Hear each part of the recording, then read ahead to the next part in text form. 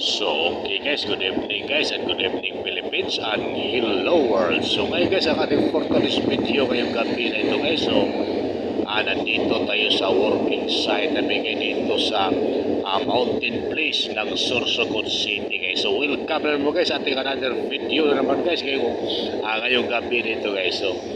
So ngayon guys, alas 6 kami ngayon guys. Yung kaunti lang kami ngayon alas 6 ngayon guys kasi yung iba alas 4 na sila ngayon. So makikita niyo ito nakapila na itong nakapila guys. Ito ang mga kasama ko sa working site guys. So kaunti lang kami ngayon alas 6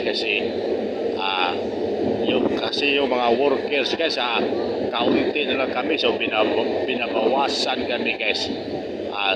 Lalo na patapos ang project namin dito sa Sorsogon City guys. So itong project namin guys, itong project itong tinatawag namin, ito ang tinatawag na geothermal guys, energy power plant. So ito ang power plant ng electricity ito guys, itong project namin guys. So itong project na ito guys, ito ang unique nga project na ito guys, kaya dahil itong tinatawag nila na steam blowing guys. So galing ito sa ilalim ng lupa guys. So connection ito sa dalawang vulkan dito sa lugar ng Sorsogon City. So ito makikita nyo itong nag-usok kasi ito makikita ito sa screen itong usok guys. Ito ang tinatawag na steam blowing guys.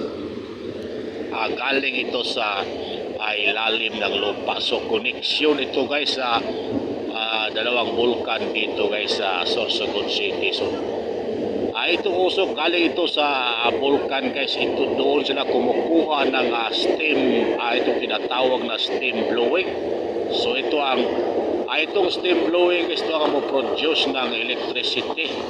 So patungo sa generator namin guys. So napaka-unique itong invention na ito guys, itong planta na ito guys. So hindi ito makastos ng gasolina guys, napaka-unique. So kasi itong steam blowing guys, ito ang mapagana ng generator namin dito guys. So itong steam blowing guys, ito ang mo-produce ng electricity nga umabot ng 20,000 megawatts. Napaka-unique guys. So hindi magastos ng gasolina guys itong planta nito guys.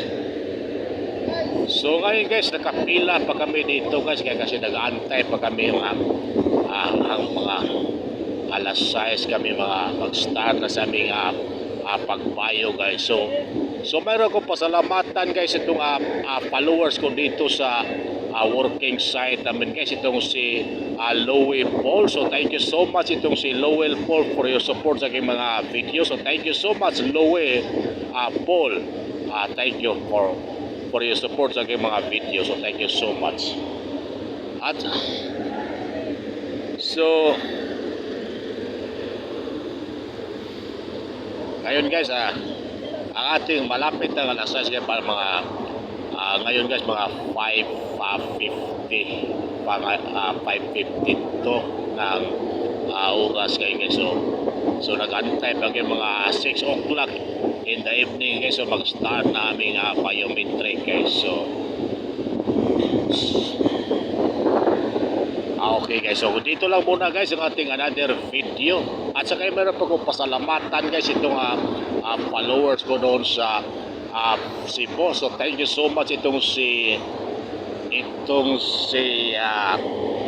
Maricel Alforno at saka itong si Gil Alforno. So thank you so much for your support sa aking mga video. At saka itong si Mark Chapis from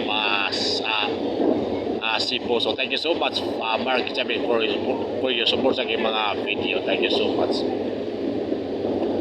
At saka itong mayroon pa kong pasalamatan guys si Jardine Anumbay, itong followers ko guys. So thank you so much Jardine Anumbay for your support sa aking mga video.